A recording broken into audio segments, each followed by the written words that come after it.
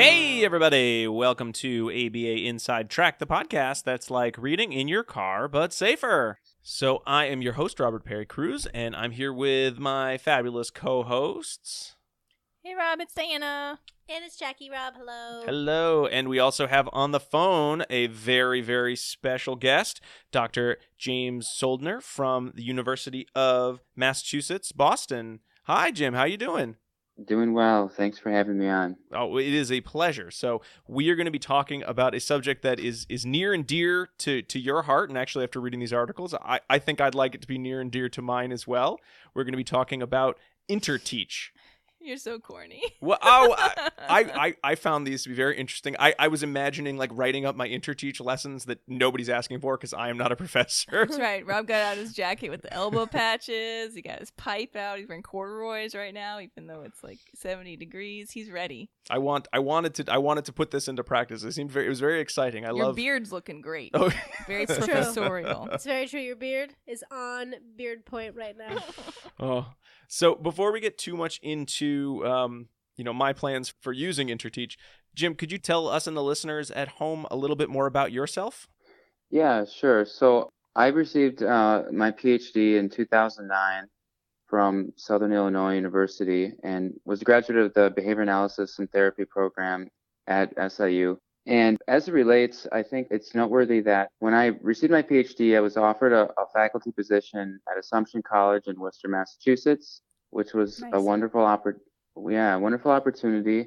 And really, I hadn't done a lot of teaching, like some teaching assistant gigs as an undergrad and graduate student, but had never taught a course entirely on my own.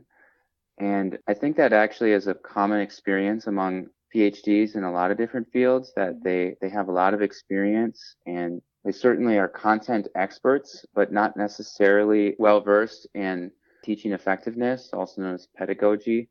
And really, and more specifically with behavior analysis, it's actually been written in some articles that behavior analysts that teach don't necessarily or haven't historically always utilized effective behavioral principles of learning and behavioral teaching methods to maximize their students' learning and satisfaction and their own obvious teaching effectiveness. And so when I started at Assumption College back in 2009, 2010, as a brand new PhD, I was actually expected to teach 4 classes a semester. 4 in the fall and 4 in the spring. And then I actually taught 2 courses in the summer. So I taught 10 courses a year.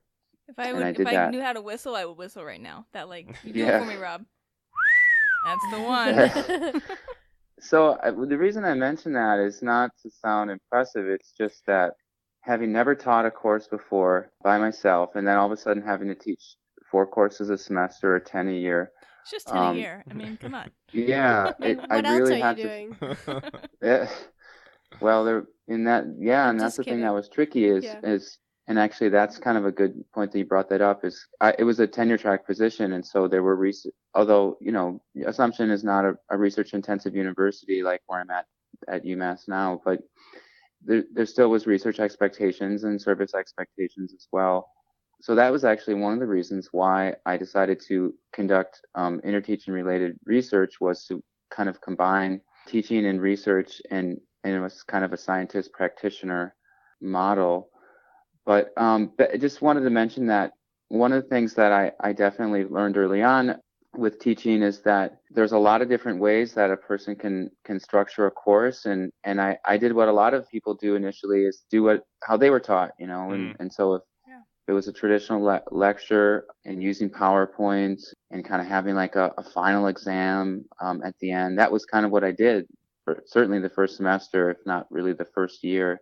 But actually, it was around that time, and Interteaching had already been around for several years, at least published articles as early as 2002. And I had heard a little bit about Interteaching, but hadn't really thought seriously about putting into practice myself. But then after that first semester, or certainly the first year at Assumption, I decided to utilize just something alternative. It just made sense to me as a behavior analyst, and knowing that there was this innovative kind of alternative to lecture behavioral teaching method out there, that's when I decided to utilize it as much as I could in each of my classes for the second year that I was at Assumption. And I've pretty much been using that technique since then. And just the last thing I would mention as it relates, just professionally, I was at Assumption for 2 years, again, which was a wonderful experience, and taught 20 classes in those 2 years and did research and really kind of got a little bit more experience just with academia and what a tenure track faculty was expected to do and what made them successful or not successful. And then I had the opportunity to go to Utah State University. And instead of the heavy teaching load, I taught 1 course the first semester and then 2 the second. But I utilized Interteaching in those courses, and I can kind of relate it to how, because one of the studies actually was done when I was at Utah State. Left there, had a great experience, but now at UMass Boston, I've continued to use Interteaching in my classes, and have been able to develop a kind of a research area within that. And so that I hope that gives you some relevant background in terms of my experiences. Yeah. So, I mean, you're not just researching it; you're living it every moment. The Interteach lifestyle, I guess you might call it. Yeah, I guess I would initially, and this is one of the things that has been written about, is that initially the amount of time and effort needed to use Interteaching and do it effectively is a little bit more heavy kind of on the early end. And so I felt like I was kind of living a lifestyle that was very much Interteaching related, and in terms of just sometimes having to get up really early or work late and developing the materials. But since I've taught so many classes over the years and have materials compiled, that the lifestyle has gotten a little bit maybe less time consuming. It's still certainly something that is continually trying to improve upon and make revisions and make better as time goes on, but it's a little bit less of a time issue than it was at one point. So Jim, while we have you on the phone, but I think we'll probably do a little bit different format because you can talk about the research in a little more global sense. But for those of you who want to make sure that you've read the article so you can have a better understanding of our discussion, because we're not going to necessarily go into every aspect of them, the 3 main articles that we're pulling information from today are A Comprehensive Review of Interteaching and Its Impact on Student Learning and Satisfaction by Querol, Rosales, and by you, Jim Soldner. And that was in Scholarship of Teaching and Learning in Psychology, 2015. We also have Interteaching, Application of an Empirically Supported Behavioral Teaching Method in Distance Rehabilitation Education by you, Jim, by Rosales, Crimando, and Schultz.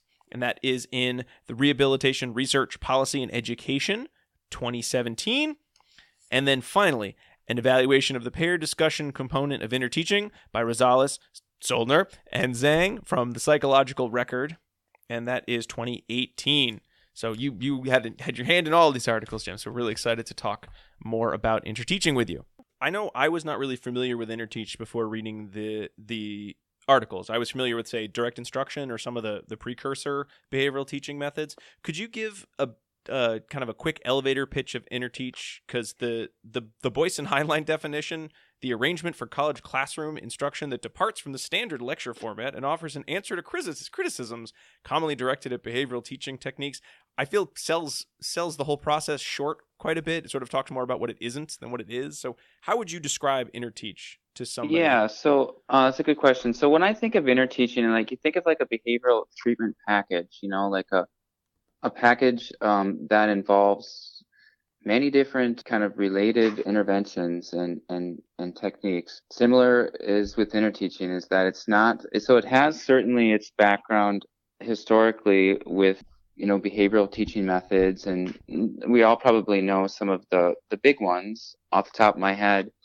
The ones that go back, to B.F. Skinner and Heller are behavioral teaching methods such as programmed instruction, persistent teaching, direct instruction, personalized system of instruction.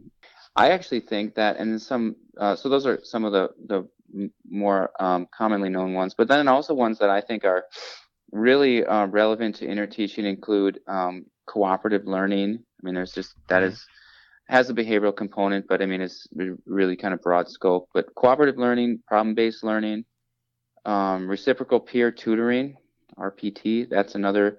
But basically what these behavioral teaching methods, so a lot of them have been conducted, some of them with college students. Not that interteaching certainly is only applicable to college students, but it was often conducted with either individual learners or with school-age children. And so one of the things that Interteaching was trying to do was jibe with a more of a higher education and with college students and thinking about like a traditional semester.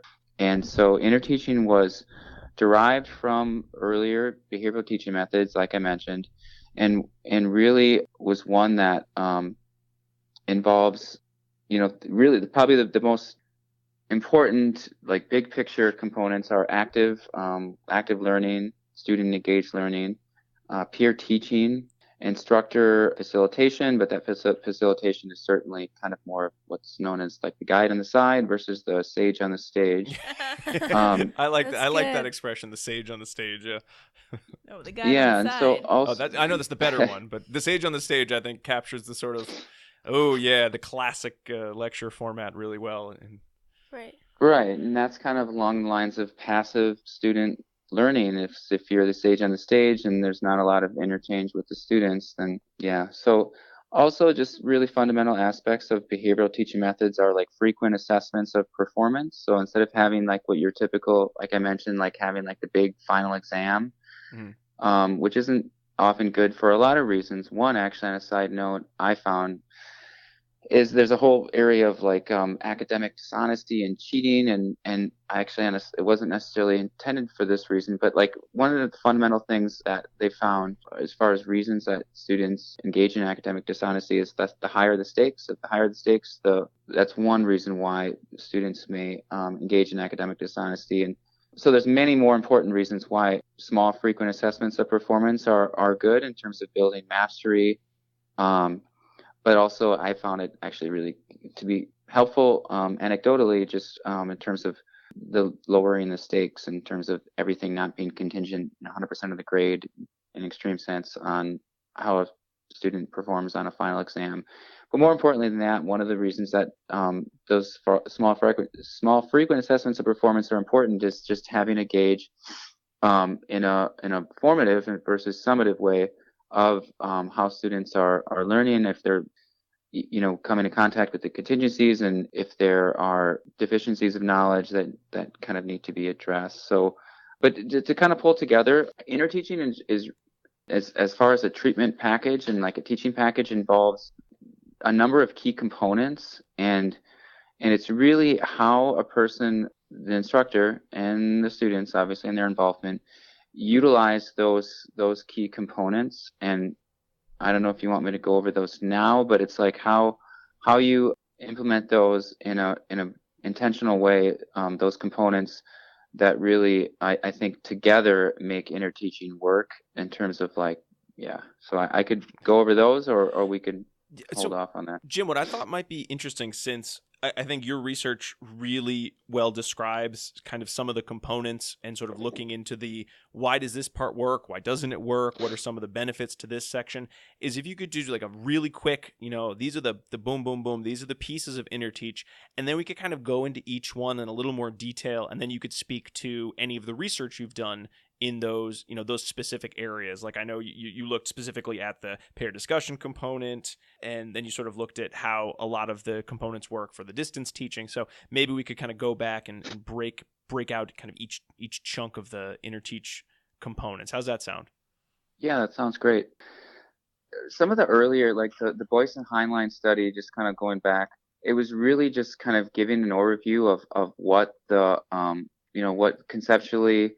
And I've actually talked to with Phil Heinlein in particular, and he kind of said he used interteaching techniques going back maybe 20, 30 years ago at Temple, but really didn't put it all together until him and Boyce wrote the first article that was published in the Behavior Analyst. But it was really just kind of an overview of the key methods, and then it wasn't until a few years later that there was the first empirical kind of investigation of interteaching. And probably I would say one of the the two major areas of interteaching related research is one is simply just comparing interteaching to other teaching methods, such as, and then the other is component analyses, and which makes sense. We mentioned like one of a lot of different areas of behavioral research to look at, what component within this this larger behavioral intervention is having the most impact, or are there certain more than one, two or three, or however many components. And so component analyses have been conducted more recently, and that's kind of the focus of some of the articles that my colleagues and I have been able to publish recently. But speaking about the big six components, and there are six of them, and I'll just mention them here. Yeah, so these aren't necessarily in any order of priority. Yeah, I mean, they're all equally important in their own right, and if you just tried to implement interteaching, yeah, it's well, like really, with your kids, you don't have a favorite, but you really do. There isn't a favorite. Although I can mention that you don't the one thing that's really, I think, important is interteaching, like any behavioral intervention, should have flexibility in terms of how it's implemented. I mean, there's issues of treatment integrity, fidelity that I could mention also that I think are relevant, but it is quite flexible, and I think that's important because thinking about, like, especially with this, and I'm kind of hesitant to mention this term on a behavioral podcast. Yeah, the whole concept of academic freedom. Which is not a very deterministic perspective, but it is something, like, you think about, like, tenure, especially. One of the major reasons that tenure exists, as controversial as it is, especially recently, is so that instructors in particular, can feel like they can teach a class in terms of the content or the methods and other aspects of their job without being penalized, constrained. Yeah, or just because, I mean, think about a scenario like a department chair or a dean or something that's like, lecture is the way to go, and I want every single one of my faculty to be lecturing. Kind of on a side note, I read this article, I think, recently, but just this is kind of a funny, I think, relevant side note. It's like there was a story about a department that had a chair that decided that humor was a vitally important aspect of teaching, and therefore the department chair wanted all of their instructors to kind of ramp up how humorous they were in class, like making jokes and just being funny. Oh, man. Needless to say, it didn't go very well. And I look at myself as, like, it might come across that I'm like a pretty serious. You mean funny? Yeah, well, but just like, I guess what I'm saying is, like, if I had a department chair that said you need to be more funny and you need to start kind of joking around and stuff in class, if I tried to do that and it wasn't authentic, and it didn't come across as something I really wanted to do and felt passionate about, then it probably would just be awkward. Yeah, right? It would be so awkward. Who wants to bomb at their lecture? Who wants to bomb every day at trying to be You got to funny? workshop those jokes around, the comedy circuit before you can teach back at your university. That's funny. But for some people, I remember there was this guy at Assumption that was a fact, and he would tell jokes, and they were relevant. It's not like they were totally off topic or inappropriate, but he did a really good job with that, and I think that it was just something that he was comfortable with, and it worked well. And I guess what I'm saying is that, like, you have to use methods that work for you, and even if you are using interteaching, maybe certain aspects you want to tweak and make your own, and have that discretion to do that, instead of feeling like you have to have this very, very specific way of going about interteaching or utilizing the different components. And if it isn't exactly that, then the integrity of the method is in question. Mm-hmm. So you've got, there's definitely room for the freedom, and I think your research speaks to that. But if you're a brand new person and you were just setting out, and it was your first day teaching using Interteach, what are those big 6 components you'd say, why don't you start here and then kind of go from there? But what are those big 6? Yeah, okay. So the big 6 are these. The first is the preparation guide, also known as the prep guide. And the prep guide is really just a study guide, but it's really important to have a direct contingency between whatever content or material that you want the students to focus on. And so what often happens is, like, let's just say that you have an assigned article or a book chapter, or it could be a video. I mean, it doesn't have to be, could be a you know, like podcast. it could be a podcast, absolutely. And so you could have someone say, okay, well, what you're going to do is you're going to first listen to this podcast. Then I'm going to give you a preparation guide. And the cool thing about the preparation guide, so obviously everything that we're talking about here is really important and interesting and should be able to be recalled. But one of the things that they found is that, and I'm sure we've all had this experience where, you know, especially if you have an instructor that assigns you like 5 chapters and 6 articles and you know, it's just this overwhelming amount of material. How do you really know what's most important, what's a little bit less important, etc.? And so the preparation guide is important because it kind of narrows the focus and the scope of what the instructor, or just really whether it's entirely the instructor's kind of decision, what is the most important material. And so students find that to be, I think, helpful. And that kind of actually leads into the next component, which is the pair discussion. And so, you know, you think about listen to a podcast or watch a video or read an article, and then you prepare the prep guide, which basically means, you know, instructors can do this differently where they have students submit their notes. Others say, you know, what I actually do is say, I'm just going to assume that you prepared well in terms of completing the preparation guide, and then you come to class and there's a direct contingency between preparing the material, the prep guide, and then coming to class and having a pair discussion, which is basically the interteaching session. And what they found is that it's actually better to have just pairs or dyads, because if you have even 3, certainly 4 or 5, there might be one learner that's not contributing the most, and so there's more of an accountability piece when you have a dyad. Diana and I actually did interteaching in our masters, in one of our master's classes, and we usually did it in 2s or 4s. And when we did do it in 4s, there was always like a loner. So yeah, and actually, there's an article that, as relates, it's going to actually be published hopefully sometime soon. But my colleague Rocio and I, we conducted it, and it was actually looking at that issue of 2 versus 4. And we wanted to know if, because there are benefits, so that one of the drawbacks, as mentioned, that's thanks for mentioning that, is that you might have somebody just kind of hanging out, and it could be because they didn't read the material, and it could be because, you know, any number of reasons, but it might just be it's hard to have everyone equally contribute, even if they are equally prepared when you have 4 people. But then there are also benefits, such as just having more diversity in terms of experiences and background, and that can be a good thing too. So in the interest of time, I'm just going to mention the other 3 components, the third being the record sheet. And let's just pretend that, you know, you have an interteaching session in which you complete the pair discussion. Then what you have students do is complete a record sheet, and there's a social component, not just to a social contingency, not just to the pair discussion in terms of, you know, making sure that you feel like you're prepared and can discuss the material and not be embarrassed or potentially because you didn't prepare well and you don't know what you're talking about.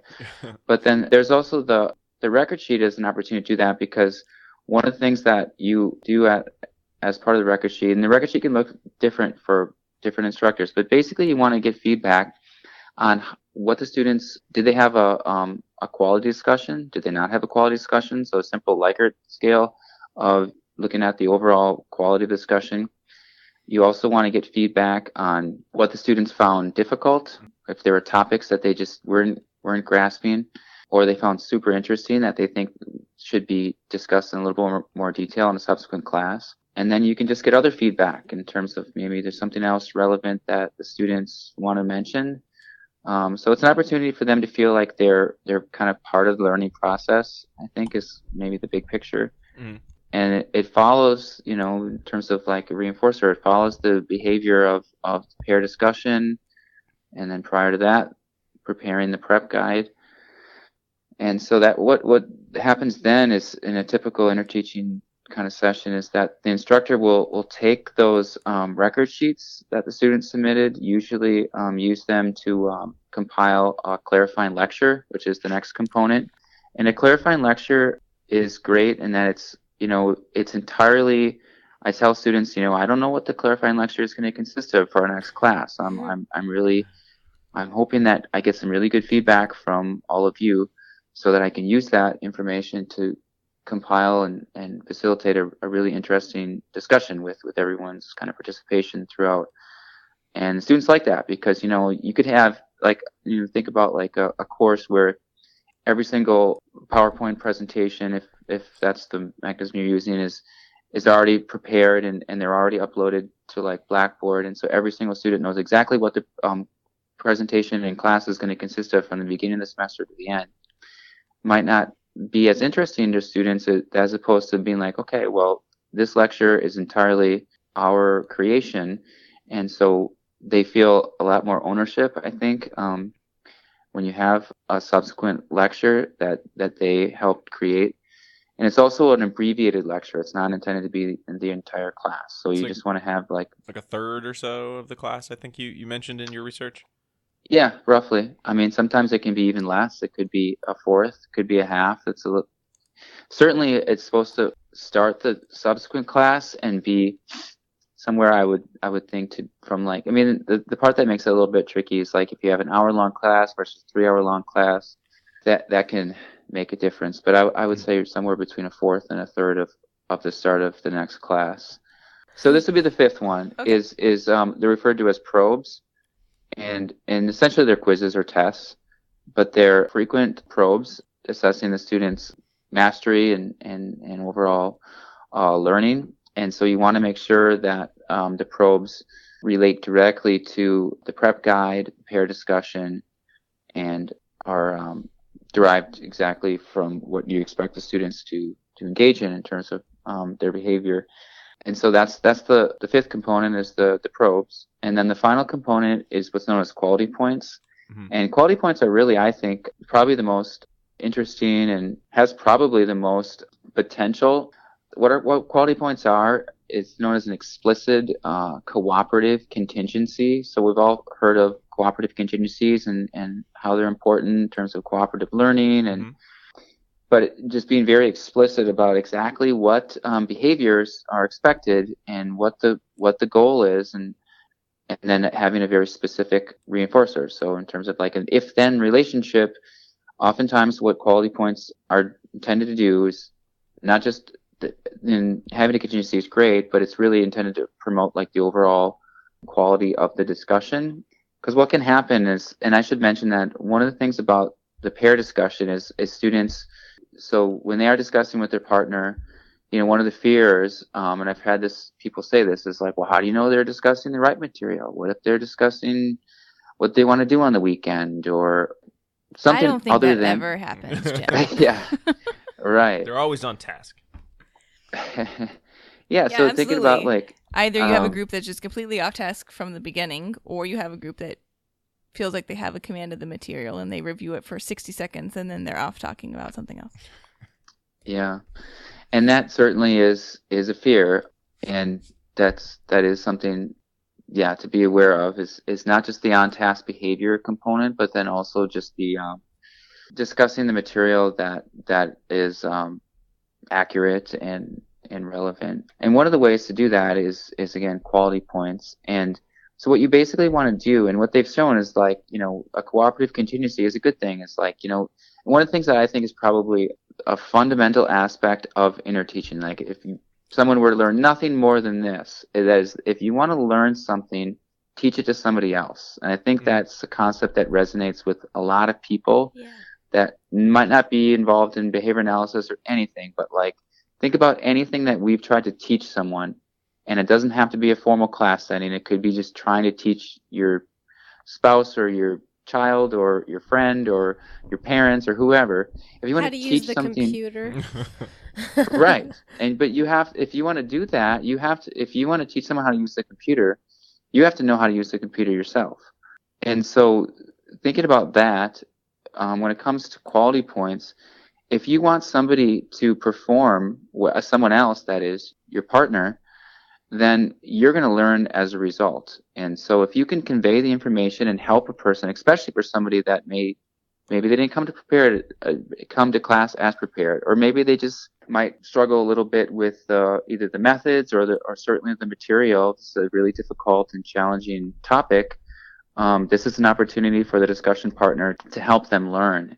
And so that's one of the and it helps account for if like you're in a big class and you only have one instructor that might not be able to go to every single one of the dyads to help facilitate the discussion and make sure that students are remaining on task, is if you just simply look at their performance and have some kind of criteria, such as typically like 80% or better, or could be more stringent, 90%, that both dyads perform well on a respective probe, then they receive quality points. And that's essentially how they work. And those quality points, in terms of like how much they're worth, can vary. The original Boyce and Heinlein said about 8 to 10% of their final course grade. So it might not seem like a lot, but I mean 10% just with quality points alone for many.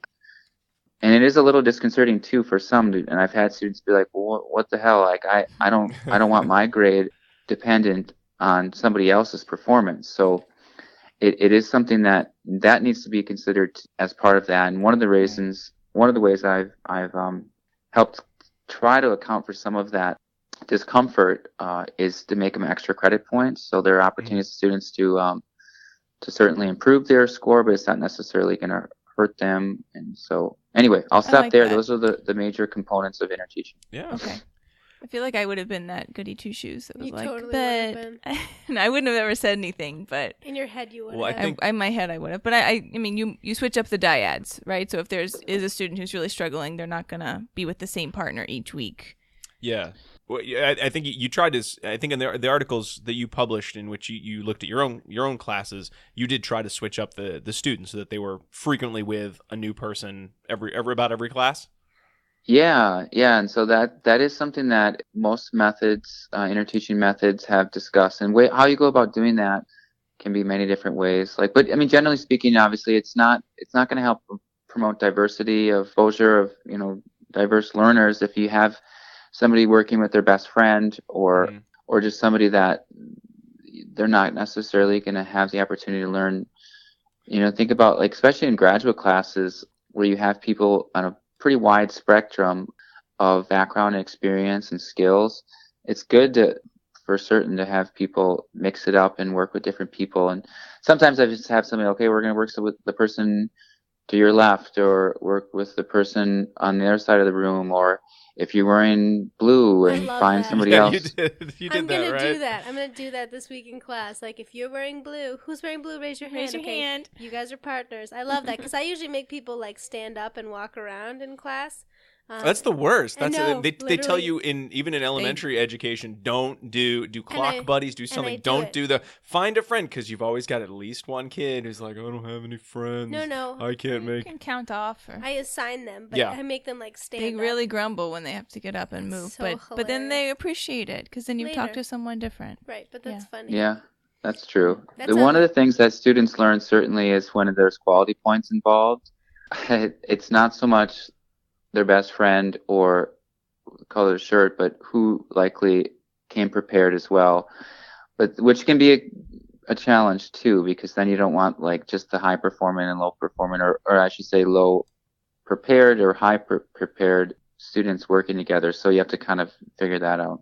But Jim, you and your co-authors mentioned in your very thorough overview of sort of interteaching and other behavioral teaching methodology that while there's a lot of disagreement with sort of the results in some of the components of interteaching, one of the components that does seem to hold true, at least as far as I could tell from the articles you shared, was that these methods are great for students who are lower performing or moderately performing before taking the classes with behavioral teaching methodology. They tend to do much better. Whereas the kids who were going to get, an A anyway, you might not see that same difference. Does that still hold true for the most part, or am I overgeneralizing?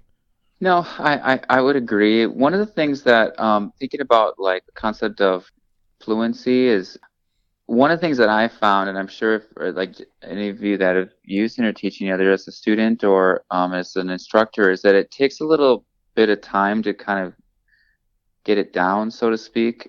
and so there's some behavioral momentum involved. And oftentimes certain students can get a hang of it earlier on than others, but when they do, certainly ideally by the end of the semester, then when they've had that familiarity, might have less, anxiety potentially. So whether it's a high performing or low performing student, if you want to look at it like that, I think it just having prepared better and having momentum and familiarity with the methods really helps. And there's ways that you can kind of help account for that pedagogically. Like one of the things that I actually do, and I got this from Brian Seville, who is somebody that's probably, I would think, is like the father of interteaching research in terms of like empirical investigations of interteaching, is that what Brian does and what I took from him is that he actually assigns an interteaching article at the beginning of the semester, and he incorporates that article or multiple articles or a book chapter on interteaching as part of a prep guide. And so students actually have a pair discussion of that article and of interteachings, which kind of is like, okay, well, this method actually has some scientific and empirical base to it. And I think it adds a little credibility, I would think, not just to the method, but to the instructor if it's one of their publications. But it also can be a way that students can refer back to that article, or even I just have like a one pager and be like, okay, these are the steps to interteaching in terms of like the sequence, because like knowing the methods is great, but there's like 6 of them and they can get all kind of convoluted as to which one comes first. Right. And so if we kind of just do like more of a task analysis kind of approach where like, this is step 1 or however you want to describe it, but basically so that they can see like sequentially how the different methods work is helpful, I found. That's so smart of him. It is really smart. Are you friends with him? With Brian Seville? Yeah. I wouldn't say we're friends, but I mean, how much do you guys hang out on the weekends? When I first started at Assumption, like that first year, I reached out to him and he didn't know me from anyone, but he was really, really, I would say, very helpful and eager to answer questions and communicate with me. And I've spoken with him a few times at various conferences, and he's a great guy and a great resource for sure. Rob's totally going to call him now that he knows he's going to... I have a habit, Jim, of emailing the people who write research articles to get like copies of them or like ask them questions. And I've been on a hot streak where they've written back to me and been really, really friendly. So that's why you contacted Doug Woods. I'm trying to reverse your habit. Oh, you did? Well, I would say that you should do that with Brian, because I'm willing to bet that he'll get back to you. He's been very responsive. So I just want to take a quick second to pause the conversation. So for any of you who don't know, or for those of you who do know, ABA Inside Track is ACE approved by the BACB. So by listening to this episode and filling out our CE form, you can get continuing education credits for this episode. So to do that, you just need to go to the website and you need to have some information, including 2 secret code words that we hid through the episode. And the first of those secret code words is Zoom. ZOOM. Zoom. I'm going to zoom over here really fast. No, it's like the Mazda commercial. Zoom, zoom, zoom. Remember that? So you got Hallmark Channel and Zoom Zoom Mazda commercials. It's not Zoom Zoom anymore, but it used to be. Oh, okay. In it's just 2007. It had that kind of like Australian. But they would just say sound. Zoom Zoom. Yeah, oh, zoom zoom zoom. Right. Ja, zoom zoom zoom. Yeah, it's kind of a exactly Ladysmith like Black that. Mambazo kind of sound. Yeah, that's awesome. All right, Zoom. So before we get into a little bit more of that discussion, why don't we take a quick break? We'll be right back.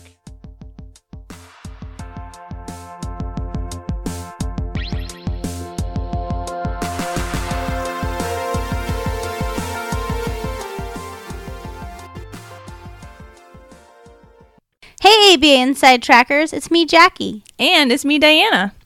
Jackie, I'm really excited to be joining you in this commercial because I've also started my career path at Regis. Yay! Yes, that's right, folks. If you want to start an exciting career in applied behavior analysis, you should check out the Master's and Certificate program in Applied Behavior Analysis at Regis College. You can learn from both Diana and me. Here are some interesting facts about our program. 90% of our 2016 graduates passed the BCBA exam during their first time taking the exam. We think this is a really great testament to the program.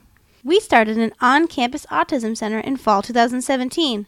The center provides behavior analytic services to children diagnosed with an autism spectrum disorder right at Regis College.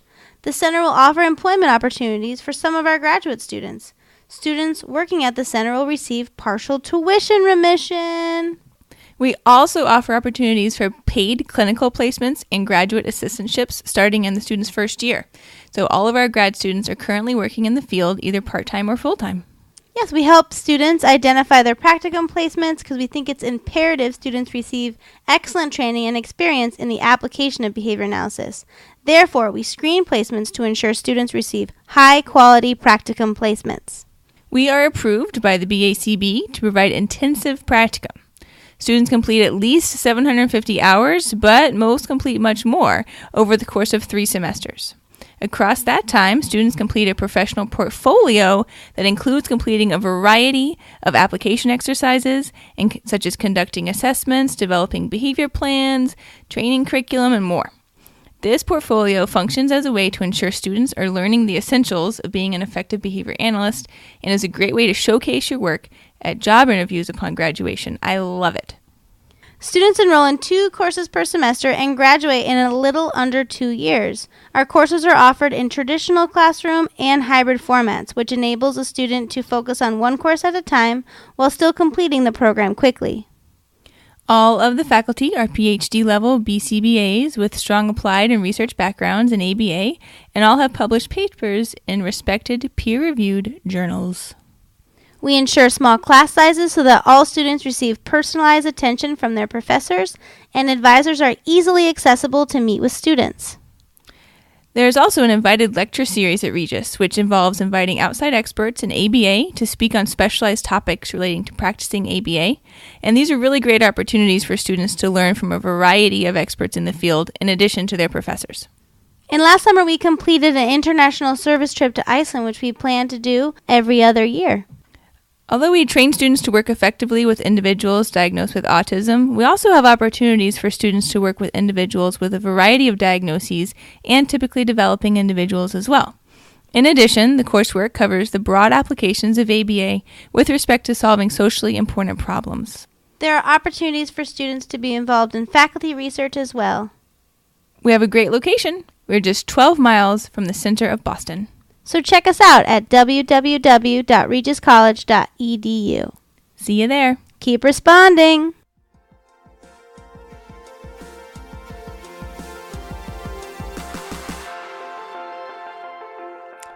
And we are back talking with Dr. Jim Soldner about interteaching. All right, so let's get into a little bit more detail on the articles and the research.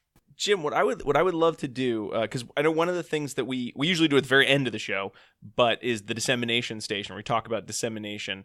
And I think what I found in reading the articles that you'd suggested for us is your article from Rehabilitation Research, Policy and Education was really just awesome snapshot, not only of just the research behind does Interteach work and how might it work better than other methods, but just a really nice descriptor of how one would use Interteach. And it was even more interesting to me personally because I loved the description of the software you got to use because it was a distance learning class.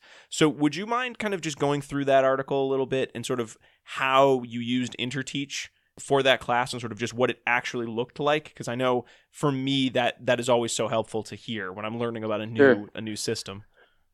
Yeah. So I was actually, just as a little bit of a background, I was struck that until this article was published, that there hadn't been any Interteaching publications, actual publications that involved a distance or online component.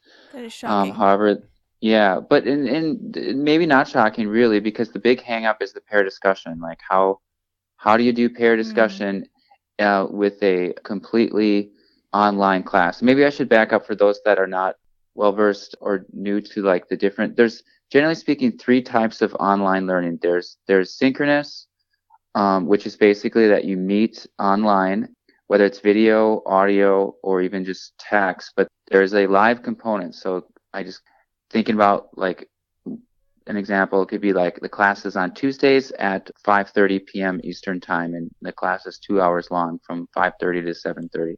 That is a synchronous online course.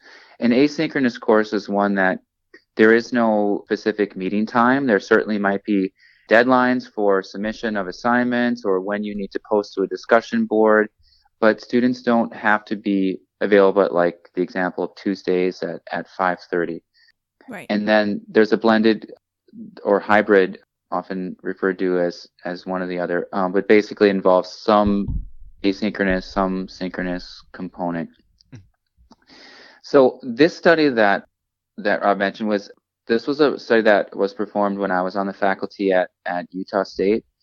And it was just how it was set up, but it's kind of interesting to note that this was what you would consider, I guess, it was a synchronous class, but I mean, just to describe kind of just in plain terms, like how it was set up is like, I was in a classroom and there were about 10 students also in the classroom. So in that sense, it was actually just like a traditional didactic or face-to-face classroom. But then there was a video camera projected onto me in the front of the classroom, and they were probably twice or 3 times as many students located literally all over the world. Around the globe. Yeah. So again, I had about 10 students in the class, about 20 or 30 that were somewhere else, at home, at work, wherever. Probably wearing their pajamas.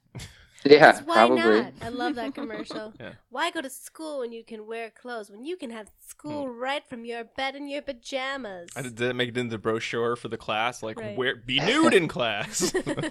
Well, I mean, certainly, and, you know, I've heard this said, like among my faculty colleagues, is like, we'd like to say that we set this up for purely pedagogical reasons and to help promote students' learning and satisfaction. But I would say that don't discount the importance of recruitment Right. and having, you know, as many qualified and really great students, but thinking about, I mean, I had students in like South Korea and Australia and Wow. Texas and So real distance learning. Yeah. right. And so that, I mean, just think about just the number of potential students you could get into your program by doing that. So that was part of the reason why it was done, in addition to the, you know, the pedagogical ones. Sure.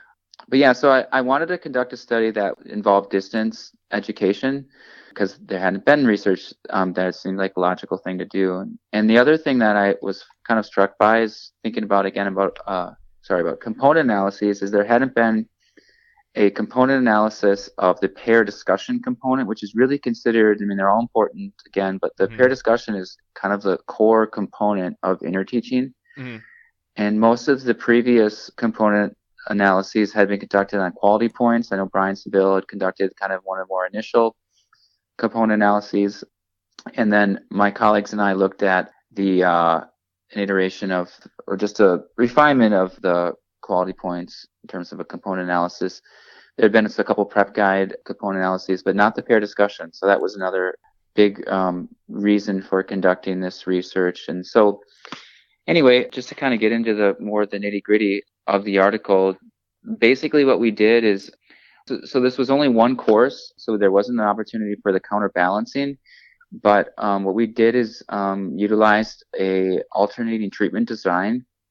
And it's really simple in that we just basically, before the start of the semester, we used a quasi-random assignment of components or conditions for each class. And so one of the conditions was basically interteaching with pair discussion.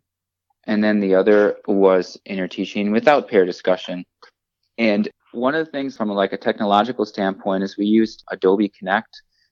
So I don't know if you guys have ever used Adobe Connect. It sounded really what's the word?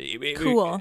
Yeah, but it sounded like it did everything. Usually when you look at a piece of software, it's sort of that, oh, but it can't do this. Oh, but it can't do that. And I feel like reading your article, it was like, and we needed it to do this. And it did. And we needed it to do this other thing. And it did that too. I mean, it just sounded like it was perfect. Yeah, it was. And if any of you use like Blackboard Collaborate Ultra has in other like Zoom, for example, these are just examples of like technology that the reason I mention those is they all have an opportunity for breakout rooms. Right. And that technology is really important because if you think about it like, okay, so whatever the technology you have, if you have no way of putting students into groups essentially, then it makes having pair discussion impossible. Right. And so that was one of the things that was really important, is simply having the opportunity to put students into online breakout rooms.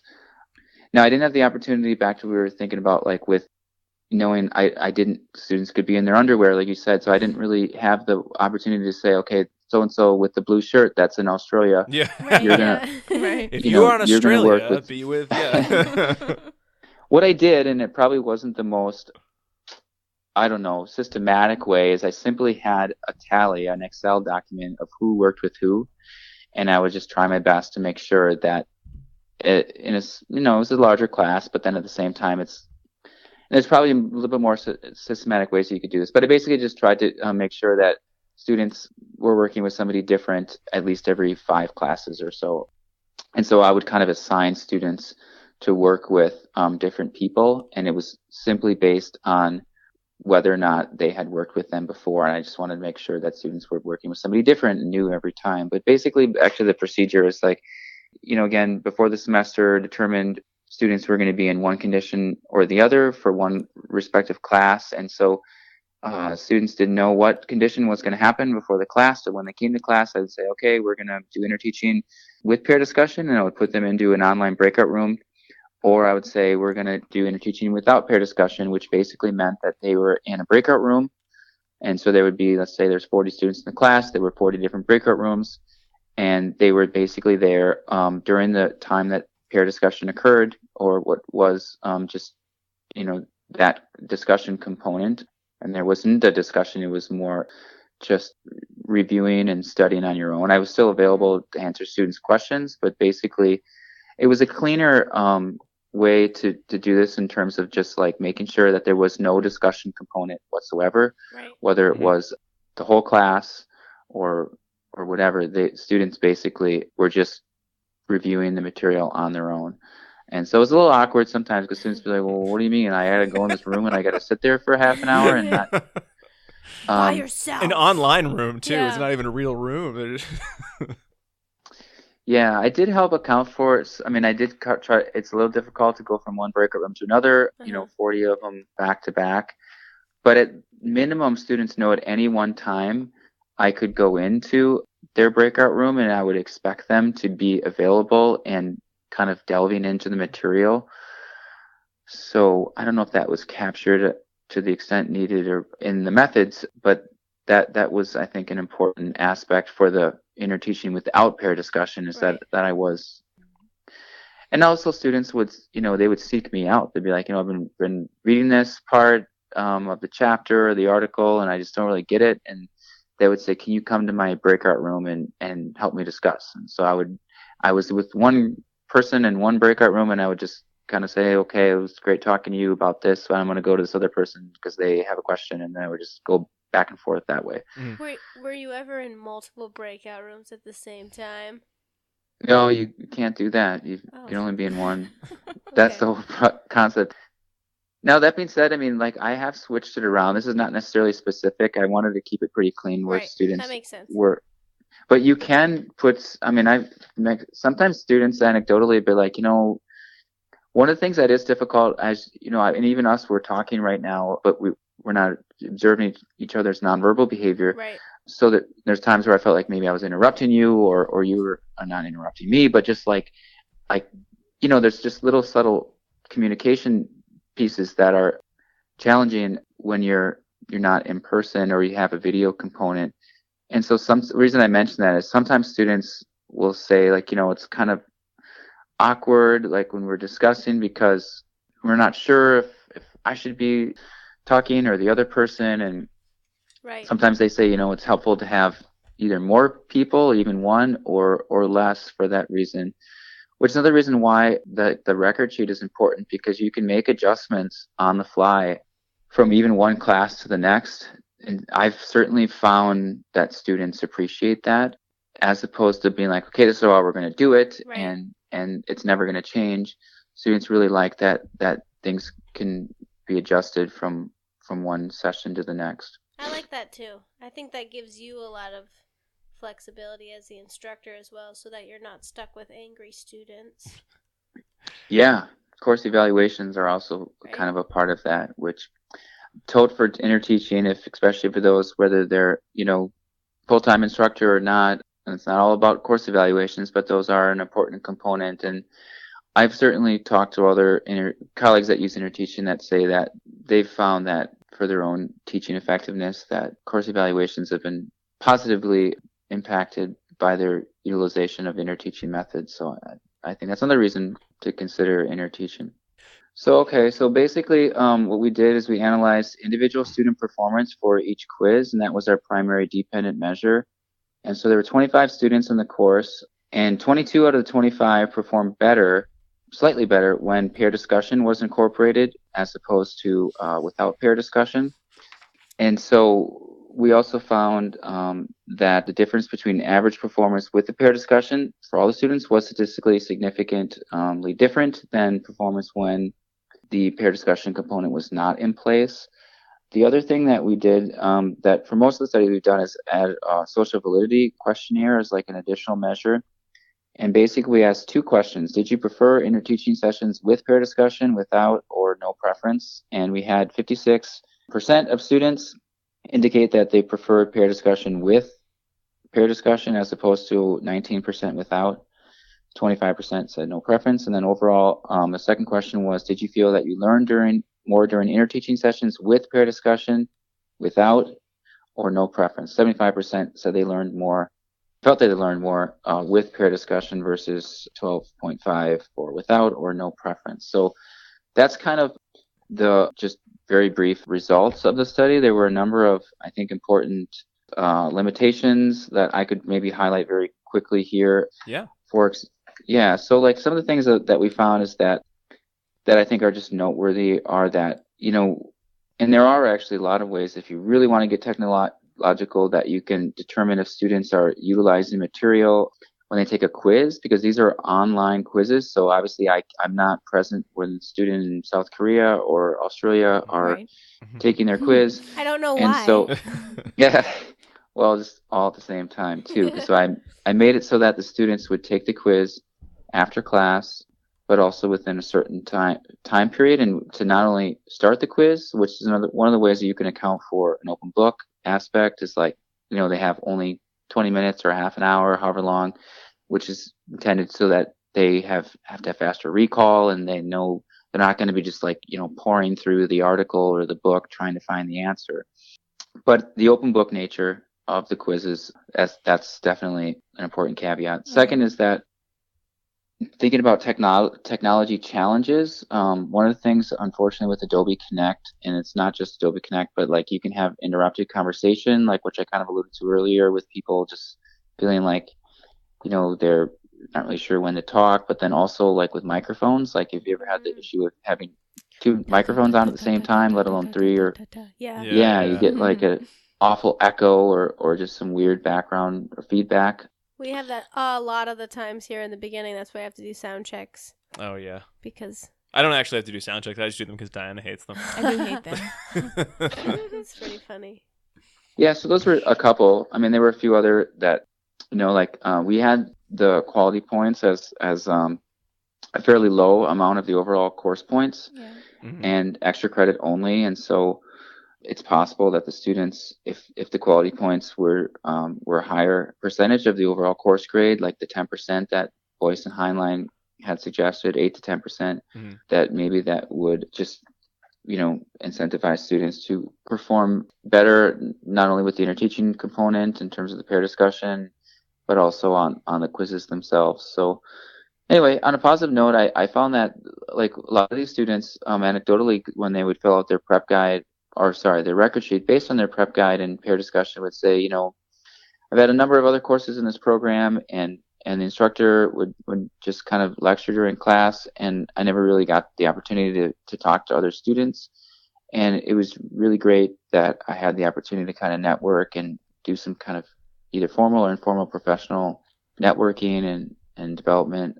I for some reason, this class in particular, I felt like that was an important thing to include, because especially if a student is located in another country, or they feel kind of isolated from their classmates. And I would actually say, one of the things that this is just what I would do personally, is especially the first class, I would actually incorporate one of the items on the prep guide to say, like, just take 5 minutes and say hello, and or just, this sounds kind of condescending, but just basically just introduce yourself and tell them a little bit about yourself and get to know who you're discussing, instead of just delving directly into the material but having no idea who's on the other end. That's not condescending at all. It's true, right? Because you're online, so it's a lonely place to be online if you don't have that connection with the person that you're talking to. Right. Yeah, so I still feel such a connection with the people that I went to class with. Yeah. Right, Jackie? Right, Diana. But honestly, you form such important relationships, I think, and then they go on to become professional relationships sometimes down the road. And if you're only taking online classes, you may not have the expectation that you're going to get those types of relationships from class. So I would think that these students were probably really pleasantly surprised at how engaging this type of format is for them. Yeah, for sure. And that's definitely one of the benefits, whether it was an intentional thing or not. I mean, reciprocal peer tutoring and other behavioral teaching methods, certainly cooperative learning, have that as kind of like a key strength and benefit of the teaching method. So it's not really that surprising that Interteaching, being based on those methods, would also, people would indicate that as a strength of the method. Jim, you got great results. Sounds like social validity was great for the students. Sounds like even for you, the social validity of the process was really, really high. And then, can you explain why then in your article in the Psychological Record, where you looked at the pair discussion component, it seems like you got almost the completely opposite results in that with those participants, where they really didn't seem to like the pair discussion component. They'd rather just have the lecture component. I know you put some explanation in the discussion section of the article, but could you talk a little bit about why you think those results were different? Yeah, so one of the similarities between the two articles, which are not many, other than it's Interteaching related. These seem like the grumpiest research. Students. I honestly, reading it, I had a picture of them all being like, "We don't like it. We want a lecture format." We don't like you guys. They all seemed very grumpy. I don't know. I guess some of the important differences that I think are noteworthy are, one is that, so the article that I previously mentioned was an online course, so the distance component was really important, as opposed to the article in the Psychological Record. These were students that were in a traditional face-to-face classroom only. I think that's just in terms of like the learning environment and the format, that's important. Another component is that the article that I discussed previously, the online article, involved graduate students, that many of them often these are people that are going back for second, third career. Is that what rehabilitation means? No, rehabilitation is basically a field devoted to, in this case, these are students that are pursuing a vocational rehabilitation field, and they want to help people with disabilities find employment. And so they're not necessarily rehabilitating themselves, although some of them certainly have. I've learned that certainly can be a component, either having a particular disability or background. Maybe they were a consumer of rehabilitation services. But I just think demographically, and this is just, and actually that was one of the things that we needed to get more information on, was demographic information and how it relates. But I'm just making the point that, like, so the Psych Record article that we'll discuss here briefly would involve undergraduate students. They were upperclassmen predominantly, but they were still undergraduates in a traditional kind of classroom setting. Mm-hmm.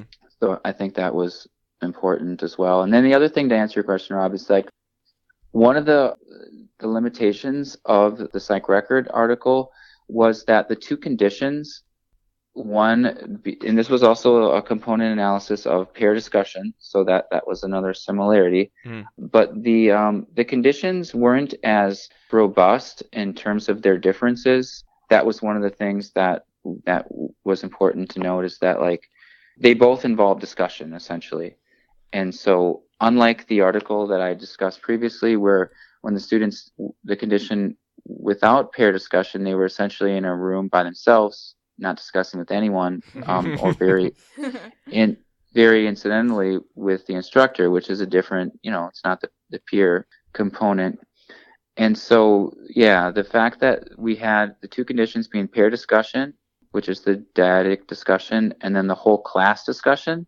So they were still discussing and potentially with their fellow classmates, wasn't as robust in terms of like a manipulation of the two different independent variables, if that makes sense. Yeah. Okay. It was just very funny to read the first article and just get the great results, and everyone seemed so jazzed about the Interteach methodology, and then the next one it just weren't getting the same statistically significant results, and it was more, I think, the social validity ratings. It just, everyone seemed very like, I don't want to be in a group, and I don't think they're bringing down my grade. I think might have been one of the kind of the currents going through some of the responses, and I think it spoke to the idea of Interteach as, when I'm reading it, I was getting really excited. Like, this is great. What a great way to do teaching. This really, I think, jives with a lot of what you're seeing more with English language learner instruction in elementary school and high schools, what you're trying to do more with younger students, where you want to hear more of the students talking about what's going on in the classroom and less of the teacher. And then to sort of get this history of some never bad results, but kind of mixed results, or not always statistically significant results for Interteach. I mean, do you think if you were trying to sell this to like a stodgy old professor who'd been doing, the same lecture for the past 20 years, is there anything you could say to convince them that they should be using this, they should be switching to Interteach? Or is this, do you think, something that is going to be more for the next generation of professors that are kind of coming up now? Yeah, and there's a lot of different ways to approach that question. And something I think is important to note that as it relates to the encompassing method is like, how applicable is it to other disciplines or content in general? And one of the things that I think is a strength, but also potential limitation, is that, you could say that a lot of the interteaching related research has been conducted in behavioral education or with behavior analysis students, and maybe more specifically with undergrads. And actually, my colleagues and I published a literature review where we actually, and it was published about 2015, so in some regards it's actually a little outdated already, and that there's certainly been research published since. But what we wanted to convey is that, to your point, is that like the instructor might, and actually we've given a workshop to like this was my colleague Rocio at UMass Lowell, and it was like 30 professors from like all over the university. Literally, I mean, there was a woman from art and then another one from science or like chemistry or physics. And it was interesting to kind of hear their feedback on whether or not they thought interteaching could be useful or possible in their courses. And so, yeah, I mean, I guess that some of them said, although there are certainly applications, even like, the article I mentioned, which is in a rehabilitation graduate program, different obviously than behavior analysis, other in sociology and nutrition and history. I mean, there are certainly examples in other fields, but having the majority of the research in more of a behavioral education format is noteworthy. And then also, I think a lot of instructors want to know like how you can incorporate interteaching, but then other aspects of other teaching methods, if that makes, or just other, like, for example, what if an instructor said, okay, I like interteaching, it's great, and I really want to do it, but I also want students to give presentations in class, and, or whatever it may be. Think about like all the different things that happen in a course, whether it's presentations, whether it's like watching a video. And what I even say is that, interteaching doesn't have to be, all 6 components doesn't have to be 100% of the class, whether it's face-to-face or online. It can be half of the class or even maybe less than that and allow time for students to do other things, which I think is a relevant point to what you were saying, is like certain instructors might want to have flexibility to do other things in their class other than just interteaching. Yeah. I like that point, Jim. Mm-hmm. So, Jim, what's next for Interteach? Are you currently doing any research in Interteach right now? Are there any researchers out there who are looking into some of the other components of Interteaching, like the quality points? I know you look at them as an extra credit presentation, at least in the articles, but the original recommendation was 8 to 10%. I mean, what's next for Interteach? Yeah, I mean, so there's a lot of the articles we published. We want to have future directions and areas for new and innovative research in the area. And I would say, any hallmark of good research, especially behavioral, is like the replication aspect in terms of direct and systematic replications to enhance the generalization of the methods and the findings. And so I know that in a good way is, one of the really important aspects of applied behavior analysis is like having an application in other fields and entirely, different disciplines. And so I know that there are certainly, like, for example, there's a journal called the Journal of the Scholarship of Teaching and Learning. And my colleagues have published a couple of articles there. And it's a very encompassing journal. It's certainly not behavioral in focus. Mm. And so having, in terms of like applications of interteaching and published, and doesn't necessarily, obviously there's interteachers, people that use interteaching for just practice purposes without necessarily having a research component, but just seeing people using interteaching methods and publishing the results and these kind of more encompassing, like teaching, college teaching or whatever journals, I think is great. Another area, so you mentioned the quality points. I mean, certainly there's research being done in terms of enhancing the effectiveness of quality points. Although actually on the flip side, I've actually spoken to Brian Seville about this, or I've heard him speak, that he doesn't necessarily, he's found in his research, at least in terms of the methods, that interteaching, or I mean with pair discussion, isn't necessarily enhanced with the incorporation of quality points. So maybe on that end, using the other existing, the 5 components without quality points, considering research has indicated that, although we've published an article that said that it can be effective, one of the areas of concern with quality points is just the immediacy component in terms of, think about like if you find out that you received quality points, but you didn't find that out till a week later when you got back a quiz score. The immediacy, obviously, of the reinforcer is an issue, and so trying to enhance that is really important. Yeah. The other, probably, I would say, really, in terms of new areas of research, is looking at issues of treatment integrity. Yeah, because how one instructor might compile a preparation guide could look quite a bit different. I mean, there's like kind of general suggestions and in terms of like going from like broad to, not necessarily broad to narrow, but just going from like simple to complex is probably more important. But that can, and I actually, to be honest, have struggled with that myself, because compiling a really good preparation guide, if you really want to make it as interesting and as engaging and going from simple to complex and being contingent on the material and trying to figure out what's important and what isn't, that can be a challenge. And there's really not like a very specific way of going about that. But having a really high quality preparation guide versus one that's kind of like, for example, I've heard people say, and like those that are instructors, like you can have like discussion questions that are just generated by like the publisher or the authors. Yeah. And that's not necessarily a bad thing. I mean, a lot of people, that time is an issue. You can't just like it seems like just why would you reinvent the wheel, I guess. Yeah. But are those questions that are, maybe they're really great, but maybe they're not. So I guess my point is whether it's with the preparation guide, with how peer discussion is facilitated, with how the probes or, the quizzes or whatever are, how they're compiled in terms of like being contingent on the material, and how do you incorporate, questions and that also look at mastery, and how do you really define that, which might not be as easy to define as one would think.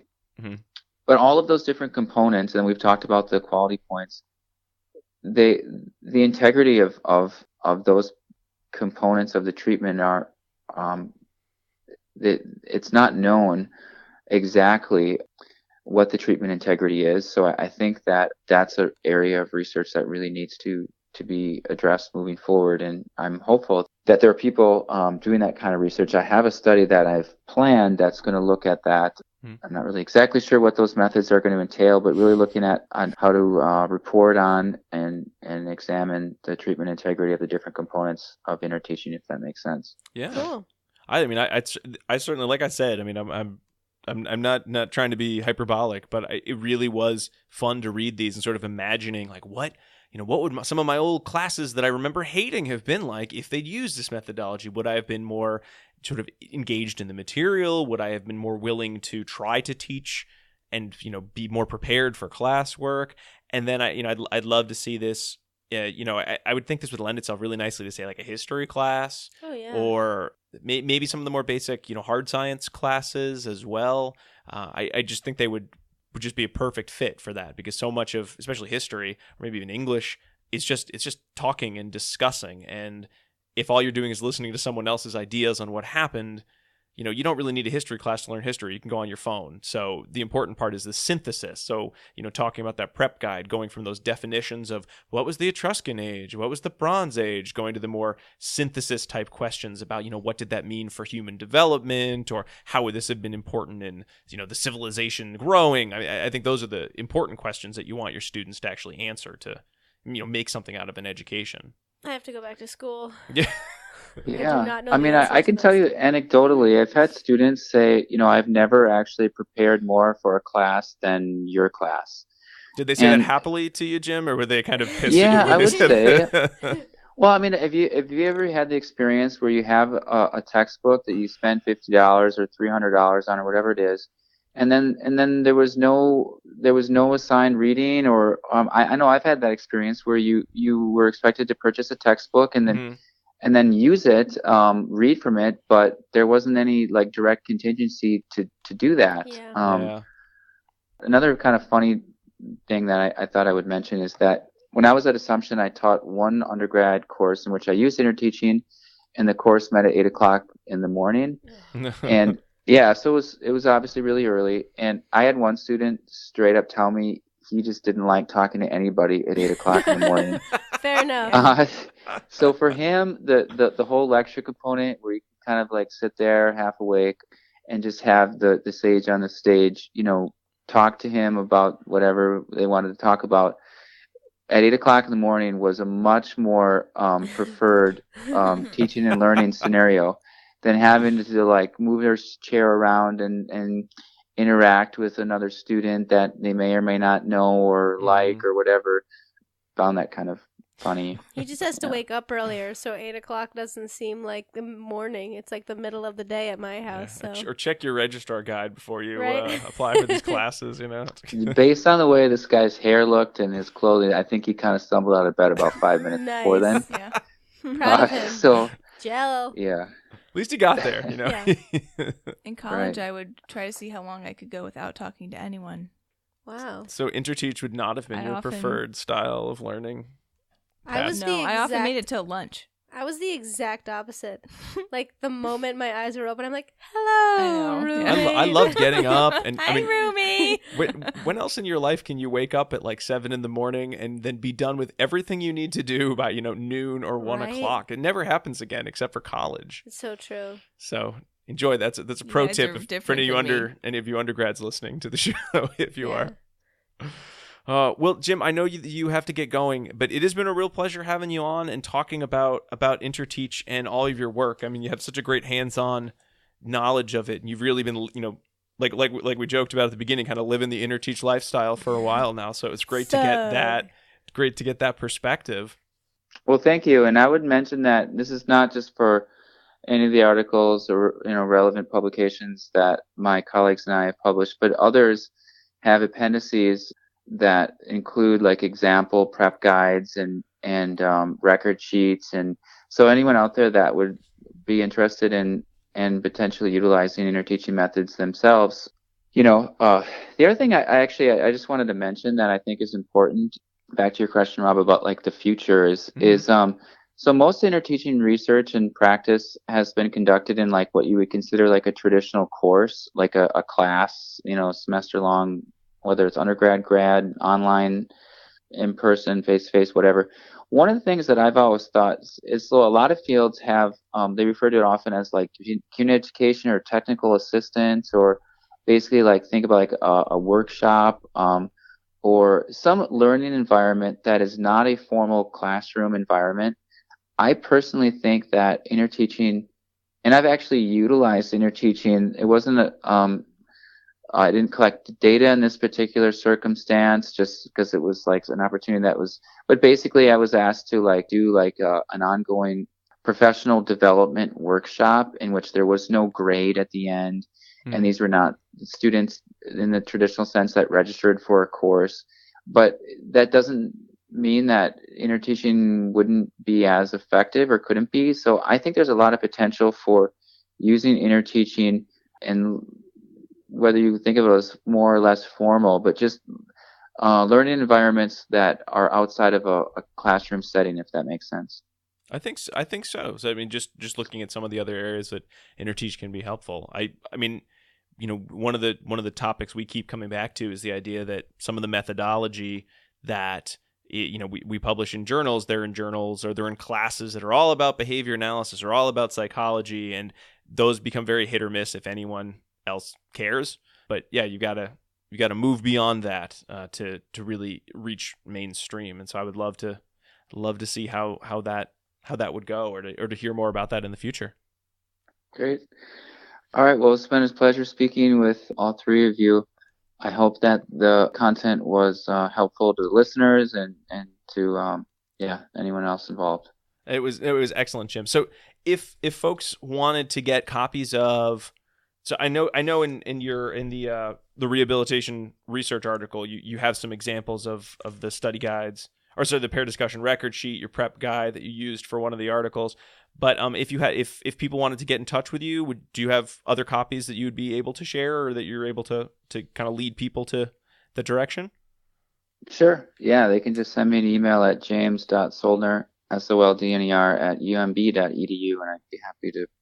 And it's not just the articles, but I have over the years, having given presentations on interteaching at different conferences and other events, had people ask for not just an article or articles, but other interteaching related materials. So if there are people out there that are interested in getting materials that they think would be useful for them to kind of use this method initially, I'm happy to share those as well. Awesome. That's so great, Jim. Well, Jim, it was so great talking to you. Thanks so much for coming on and giving up some of your evening to be here with us tonight. We really appreciate it. Great. It's been a pleasure, and thanks for the opportunity. All right, everybody, before we go, let's make sure you know the second of our secret code words, and that is clarify. CLARIFY. Clarify. Like you would want to have a clarifying lecture, like we've been talking about this whole time, right? I get it. Okay. I get it too. I think it's my favorite of the big six. Clarify.